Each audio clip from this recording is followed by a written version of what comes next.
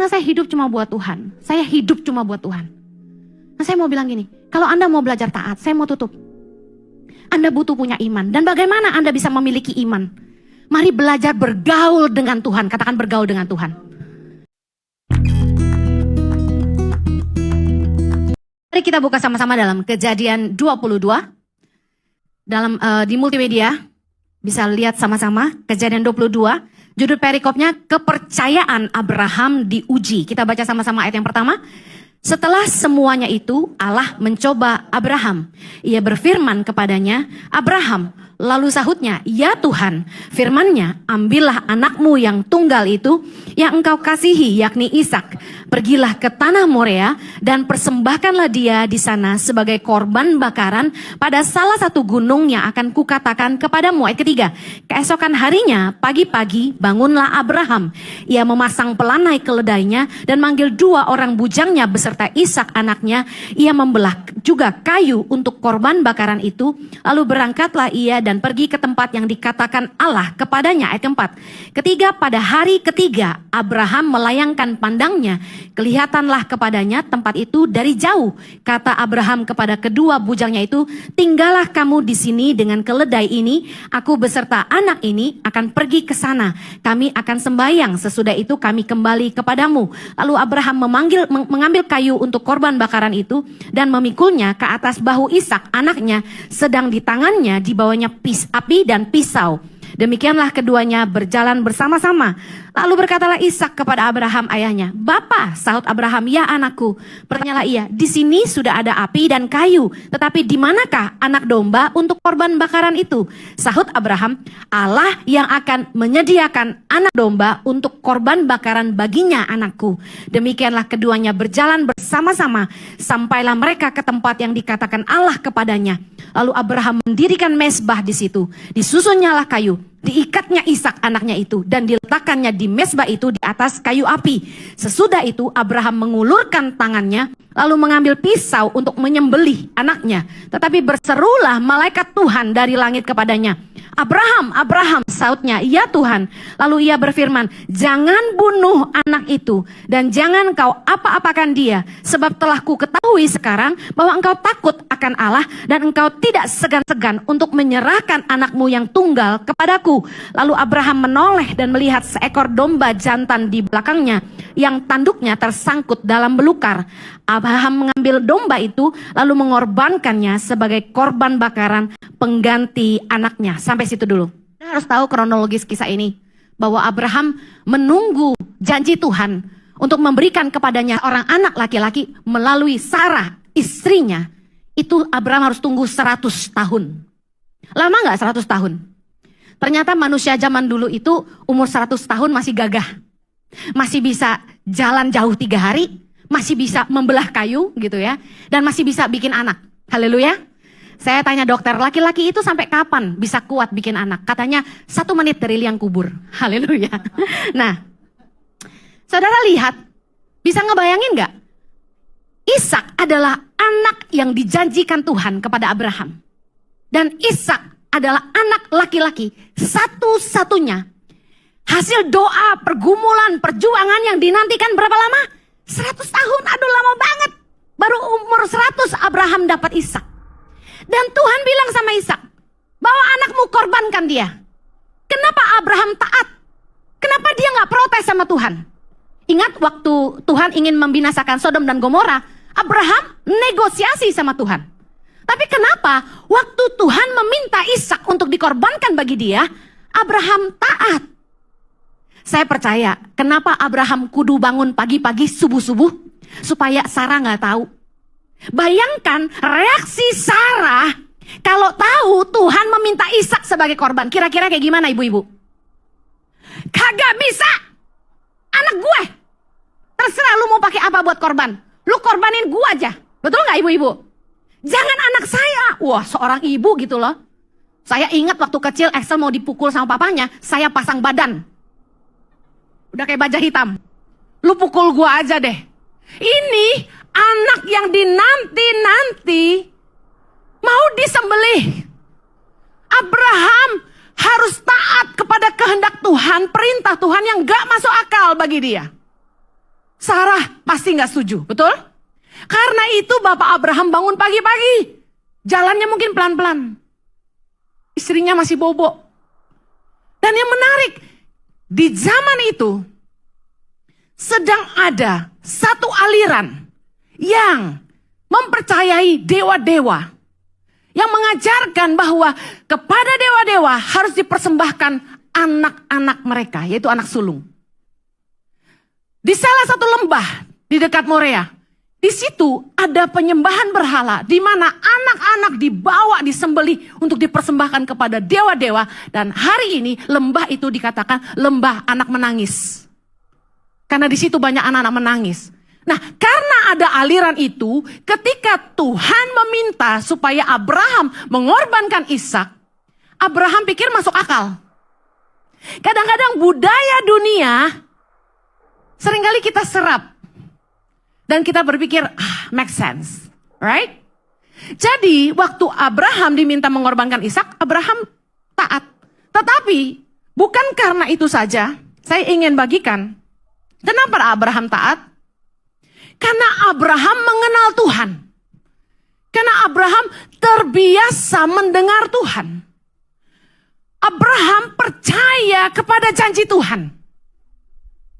Anda perlu tahu bahwa kepercayaan itu lahir dari hubungan. Katakan kepercayaan lahir dari hubungan.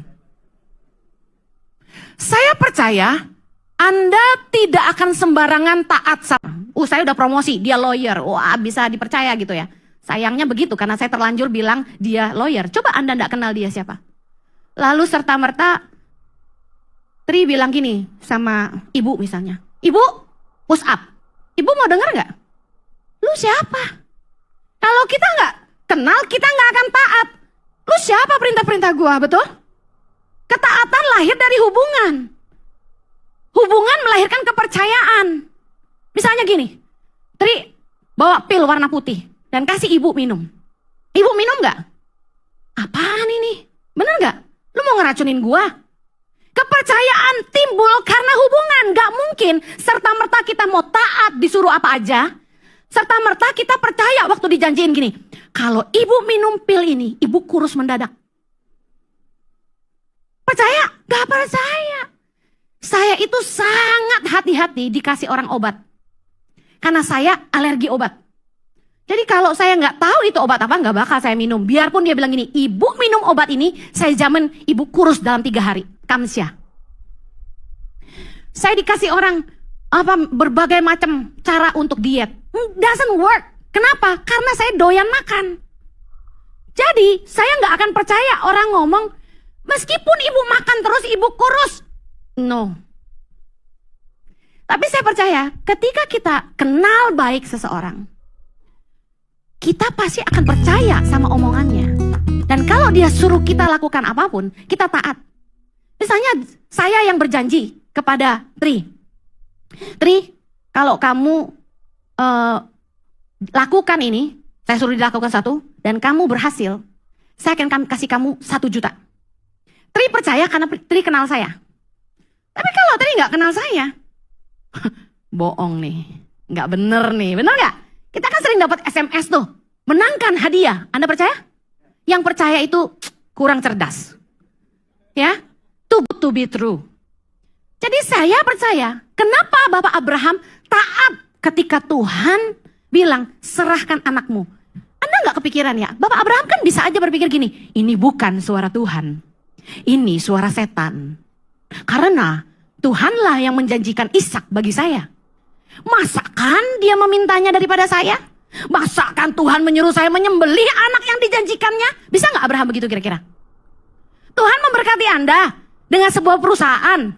Lalu tiba-tiba Anda dengar suara Tuhan, berikan perusahaan itu buat adikmu. Bercanda nih.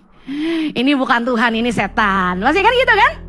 Tapi lihat gak kedahsyatan bagaimana Abraham taat. Gak banyak cincong, gak banyak argumentasi. Ketaatan penuh kepada perintah Tuhan. Dia pagi-pagi bangun, bawa anaknya, udah siapin kayu, udah semua, api, pisau. Bahkan kita lihat di firman Tuhan, dia mulai susun kayu, dia ikat anaknya. Saya percaya sepanjang jalan 3 hari itu, hati Abraham hancur. Hati Abraham sangat-sangat hancur. Tahu bahwa anaknya harus dia potong. My God. Tapi bukankah Bapa di sorga mengorbankan anaknya yang tunggal, supaya kita yang hari ini harusnya binasa beroleh hidup yang kekal. Amen. Luar biasa kasih Tuhan. Thank you Lord. Iman bukanlah ambisi. Iman bukanlah kepercayaan yang tanpa pengertian. Iman tidak nekat. Iman itu timbul karena pendengaran dan pendengaran akan firman Tuhan. Iman timbul karena kita mendengar Tuhan. Roma 10 ayat 17 katakan, iman timbul dari pendengaran dan pendengaran oleh firman Kristus. Somehow, ketika pendeta khotbah, ada ayat banyak yang dibacakan, tapi ada satu ayat yang begitu mengena di hati Anda, dan tiba-tiba timbul iman. Pernah rasakan itu? Ketika kepercayaan Abraham diuji, itu bukanlah yang pertama kali. Ingat dalam Kejadian 12, Tuhan pernah menyuruh Abraham pergi meninggalkan sanak keluarganya. Dan apa yang Abraham lakukan? Dia taat. 10 pasal sebelumnya, Kejadian 12. Tuhan bilang, Abraham pergi, Abram waktu namanya masih Abram, pergilah meninggalkan keluargamu dan anak-anak saudaramu. Abraham taat. Nah, kesimpulan yang saya mau bagikan adalah gini. Iman itu butuh latihan. Pertama, Anda harus melatih kepekaan Anda kepada suara Tuhan. Nanti di akhir saya akan ajarkan bagaimana. Kemudian, Anda perlu belajar mengenali pimpinan Tuhan. Peka sama suara Tuhan dan bisa mengenali ini pimpinan Tuhan atau bukan. Yang pasti tentang suara Tuhan adalah ini. Tuhan tidak pernah bicara di luar firman. Setiap kali Tuhan bicara, selalu ada dasar firman-Nya. Tuhan telah berjanji kepada Abraham bahwa seorang anak laki-laki akan dilahirkan Sarah baginya. Dalam Kejadian 18, Allah mengulangi lagi janjinya. Kita lihat sama-sama. Allah mengulangi menjanjikan seorang anak laki-laki kepada Abraham. Judul perikopnya, ayat 10. Dan firman-Nya, sesungguhnya aku akan kembali tahun depan mendapatkan engkau. Pada waktu itulah Sarah istrimu akan mempunyai seorang anak laki-laki. Dan Sarah mendengarkan pada pintu kemah yang di belakangnya. Adapun Abraham dan Sarah telah tua dan lanjut umurnya. Dan Sarah telah mati haid. Artinya sudah menopause. Sarah sudah menopause. Mungkin gak hamil, ibu-ibu? Teu bisa kata orang Sunda teh. Ora iso kata orang Jawa. Uwe kata orang Cina. Gimana udah menopause bisa hamil? Nah, menarik. Janji Tuhan itu seringkali bertolak belakang dengan keadaan. Justru di dalam kemustahilan lah kita butuh iman. Kalau yang mungkin-mungkin pasti-pasti mah gak butuh iman. Amin. Justru dalam keadaan mustahil yang kita hadapi di hidup kita, disitulah kita butuh iman dan mulai membangun kepercayaan kita kepada Tuhan. Tuhan berjanji kepada Abraham di saat yang tidak mungkin. Sarah udah menopause. Kelihatannya mustahil. Tapi justru di dalam kemustahilan kita akan mengalami kuasa Tuhan. Dan melihat Tuhan setia akan janjinya. Amen. Tuhan tuh setia sama janjinya. Dia gak pernah gagal. Kejadian 21. Ishak lahir. Tuhan memperhatikan Sarah seperti yang kecuali yang saya suka. Ya, saya nggak suka artis yang nggak cakep. Jadi yang saya hafal yang cakep doang. Brad Pitt, Jennifer Aniston, Angelina Jolie, gitulah Jennifer Lopez. Saya hafal. Begitu yang lain, biarpun ada yang cakep-cakep, saya bingung ini namanya siapa ya? Dan saya nggak pusing. Saya suka film aja gitu. Nah, Tuhan bilang saya nggak boleh nonton film lagi. Nah itu sesuatu yang berharga buat saya. Karena hiburan anak Tuhan tuh apa sih? Kedugem gak boleh. Benar gak? Begajul gak boleh. Jadi kalau habis pelayanan, saya ini kan dari muda pelayanan. Jadi saya cuma sekolah, kerja, pelayanan. Itu hidup saya. Nah, pulang pelayanan sama teman-teman, makan. Habis makan apa? Masa makan lagi? Nonton. Nonton. Biasa tuh hiburan buat kita. Pacaran? Nonton. Di rumah nonton. Mau tidur nonton. Orang bisa tidur tanpa doa, tapi gak bisa tidur tanpa nonton. Benar gak? Banyak yang gitu kayak saya gitu. Wih, nonton tuh hobi. Tuhan kasih pengertian. Kamu itu merekam dengan mata. Terus Tuhan ingetin saya, waktu saya masih SD, SMP, SMA, kalau ulangan sekolah tuh saya gak pernah belajar. Saya tuh merekam dengan mata saya. Jadi kurang lebih setengah jam sebelum ulangan dimulai, saya datang ke sekolah pagi-pagi, atau saya bangun subuh-subuh, saya buka buku, saya scan dengan mata saya. Saya cuma baca, asalkan dibaca, baca, semua saya baca. Gak ada yang miss, semua saya baca. Terekam tuh, ulangan paling jelek 8. Canggih ya. Jadi ada orang-orang yang visualisasi, belajarnya lewat mata. Nah, Tuhan bilang, kamu tuh merekam dengan mata. Dan semua yang kamu nonton masuk ke alam bawah sadar. Gak heran ibu-ibu kalau udah nonton Korea, panggil suaminya, Opa, sarang yo. Udah aneh gitu gayanya.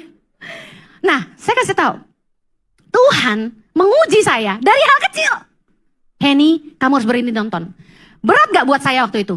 Hal kecil loh. Buat saya berat banget. Tuhan, kalau gitu besok-besok teman-teman pada ke bioskop, saya kemana? Sedih banget tau gak? Tapi saya taat. Saya berhenti nonton. Gak nonton TV, gak nonton bioskop. Saya tuh kenapa gak nonton film Korea? Karena saya kalau udah nonton gak bisa berhenti. Jadi saya memutuskan saya taat. Saya tidak nonton. Jadi pulang gereja, habis makan, mereka pada nonton yuk. Saya sedih, saya pulang. Saya pulang, tapi apa yang saya lakukan? Tuhan meminta saya menukar waktu saya nonton dengan baca firman. Jadi saya banyak nyembah. Saya selalu main keyboard nyembah Tuhan. Dan saya baca firman. Pagi, malam, kalau ada di rumah saya selalu baca firman. Ternyata saya tidak pernah tahu bahwa Tuhan sedang mempersiapkan saya untuk hari ini. Bahwa saya harus mengajar firman Tuhan. You never know. Amen. Nah, luar biasanya. Berjalan waktu, Tuhan mulai latih saya lagi dalam keuangan. Saya sempat ceritakan waktu saya kuliah di Australia sekolah Alkitab tuh orang tua gak support kan. Dan saya harus kerja, harus cari uang gitu. Nah, waktu saya sekolah Alkitab, saya tuh jualan di gereja Bukalapak, jualan kue gitu ya. Nah, hasilnya gak seberapa gitu. Nah, itu untuk saya hidup seminggu. Bayangin, lumayan loh. Saya ngirit banget memang. Saya gak pernah beli snack. Saya cuma makan, beli, belanja, masak. Bahkan yang saya masak itu buat makan teman-teman juga. Nah, uang penghasilan saya jualan hari Minggu itu adalah untuk biaya makan seminggu. Saat ibadah, sore, ibadah ketiga, terakhir itu. Persembahan kan masih pakai kantong ya, gereja-gereja ya. Nah, persembahan tuh lewat depan saya. Roh Kudus ngomong gini, tabur uangnya. Saya pura-pura budek. Uang yang mana? Gue cari koin dong.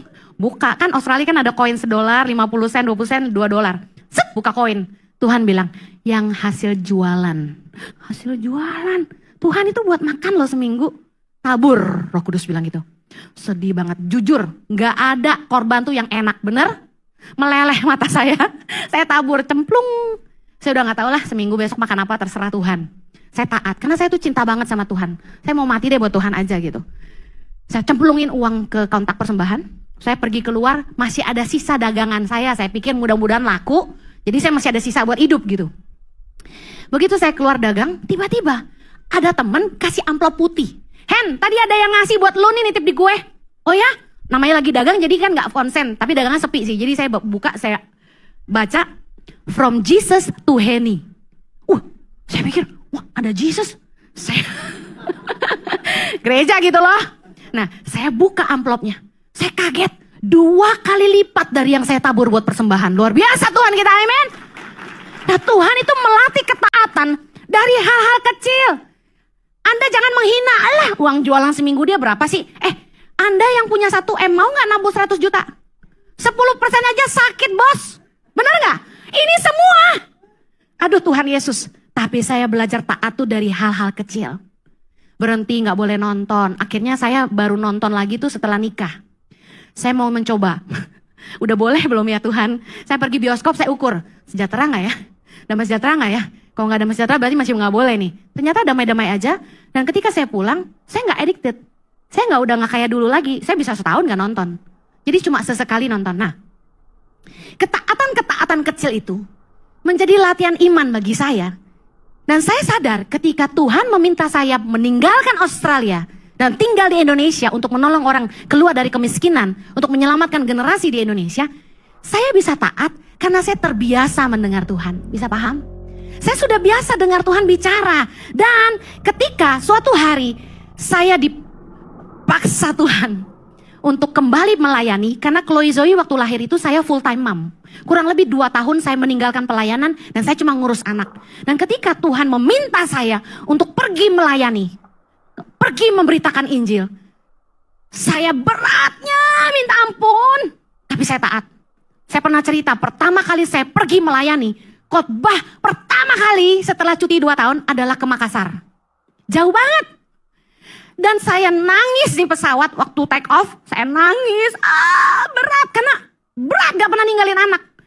Dan saya taat sama Tuhan. Karena apa? Karena saya percaya firman Tuhan.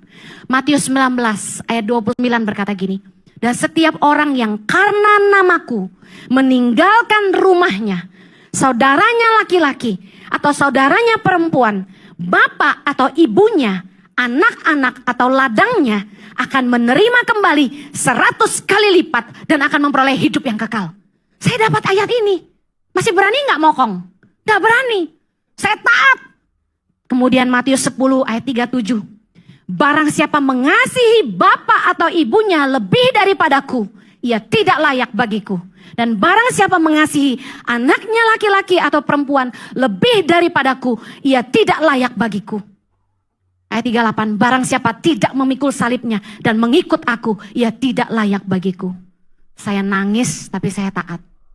Saya percaya saya nggak akan mungkin taat ketika Tuhan menyuruh saya melakukan keputusan yang begitu besar, meninggalkan apa yang kami sudah bangun di Australia, dan kemudian meninggalkan anak-anak saya kayak orang kurang kerjaan, pergi ke pedalaman, ngurusin anak orang, dan gak pulang-pulang, dan hampir mati di laut gitu kan ya.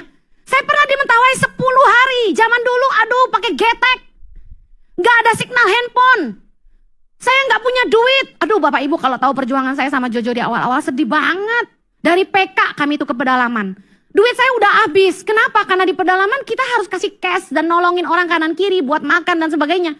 Kami naik angkot travelnya, rambut sampai putih karena debu. Dan begitu 10 hari kemudian saya berusaha pulang ke Jakarta, kami naik perahu dan sampai ke Padang.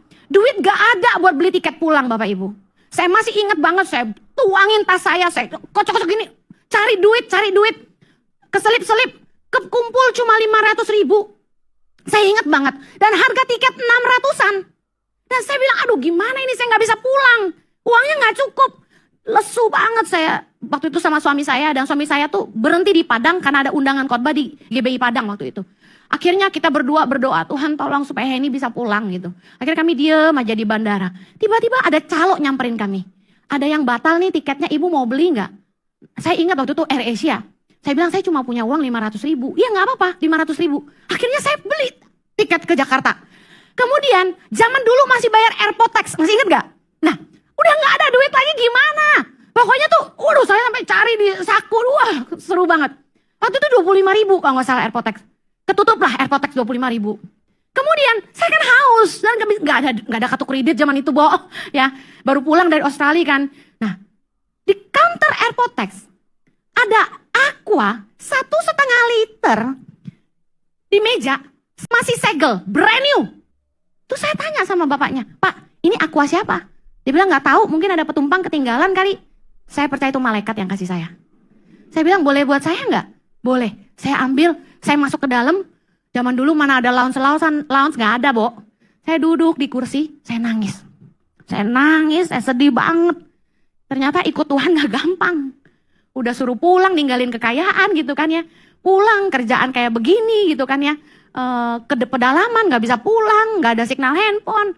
Saya begitu sampai di bandara itu, saya nangis. Saya terharu bagaimana Tuhan pelihara bisa beli tiket, bisa ada Aqua buat saya minum. Dan yang lebih bikin saya nangis, saya telepon mama saya begitu dapat signal. Mama saya marah. Anak kamu sakit. Tiga-tiganya nih sakit nih, dia bilang. Panas, diare, muntah-muntah, kangen sama kamu, pulang kamu. Saya bilang iya ini lagi di airport. Saya nangis lagi sama Tuhan, saya bilang ini Tuhan, saya ini taat loh ikut Tuhan. Saya ninggalin anak saya masih kecil-kecil, waktu Excel masih baby. Saya sampai lupa mukanya, karena saya gak ngurusin Excel karena taat sama panggilan Tuhan. Saya tuh maaf ya, sampai pompa ASI dan buang di seluruh daratan Indonesia. Di pedalaman NTT, di rumah masyarakat yang sederhana, saya gelap-gelapan, saya numpang pompa susu dan buang. Sedih banget tau gak? Bisa ngerti ya ibu-ibu yang menyusui ya? Anak kita di rumah membutuhkan ASI kita, tapi kita harus buang. Terus saya nangis terus. Aduh, ikut panggilan Tuhan itu berkorbannya luar biasa. Tapi saya taat sama Tuhan. Saya ikutlah maunya Tuhan apa. Karena saya hidup cuma buat Tuhan. Saya hidup cuma buat Tuhan. Nah, saya mau bilang gini, kalau Anda mau belajar taat, saya mau tutup. Anda butuh punya iman. Dan bagaimana Anda bisa memiliki iman? Mari belajar bergaul dengan Tuhan. Katakan bergaul dengan Tuhan. Dan mulai belajar peka mendengar suara Tuhan. Bagaimana caranya? Yang pertama, bangun kehidupan doa pribadi.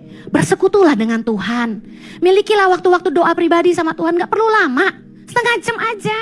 Nah, biasakan berbicara dengan Tuhan di mana saja. Lagi nyetir sendirian, lagi mandi. Bicara sama Tuhan jadi gaya hidup. Saya baca Alkitab, Henok hidup bergaul dengan Tuhan. Dia Henok, saya Heni. Jadi saya belajar seperti Henok. Belajar bergaul dengan Tuhan itu di mana saja ngomong sama Tuhan. Amin. Nah, ketika berdoa, jangan sibuk minta ini, minta itu, berkati aku, berkati aku. Tapi bilang gini sama Tuhan. Tuhan, berbicaralah. Apa yang kau mau untuk hidupku? Belajar. Yang kedua, bagaimana kita bisa belajar bangun hubungan sama Tuhan? Banyak baca firman. Karena isi hati Tuhan ada di firman-Nya. Tuhan itu gak pernah bicara di luar kebenaran firman. Anda harus belajar firman. Mungkin Anda bilang, Bu Heni, saya tuh bosan baca Alkitab, ngantuk. Sila apalagi, imamat apalagi tuh, bilangan apalagi, muter kepala gue. Nah, saya ajarin ya. Kalau Anda mau belajar, Kejadian tuh menarik. Baca deh Kejadian dulu.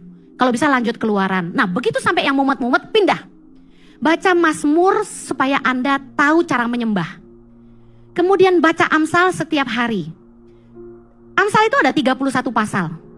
Ikuti tanggal 1 Amsal 1, tanggal 2 Amsal 2, terus sampai 1 bulan. Nah, kemudian fokus di perjanjian baru, mulai baca dari Matius sampai ke Wahyu. Tapi bagi saya yang terpenting itu perkataan Tuhan Yesus, kamu harus baca. Dari Matius sampai Kisah Para Rasul, baca baik-baik. Kalau udah sampai Wahyu saya menyerah. Itu butuh imajinasi tinggi. Tapi kita perlu tahu. Nah, perhatikan gaya hidup Tuhan Yesus dan coba kamu juga hidup seperti itu. Karena orang Kristen adalah gambaran Kristus. Amin. Nah, yang terakhir.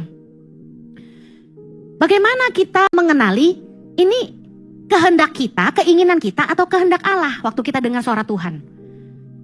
3 tanda kehendak Tuhan. Yang pertama, ada penyediaan Tuhan. Ingat dia Jehovah Jireh, Allah yang menyediakan.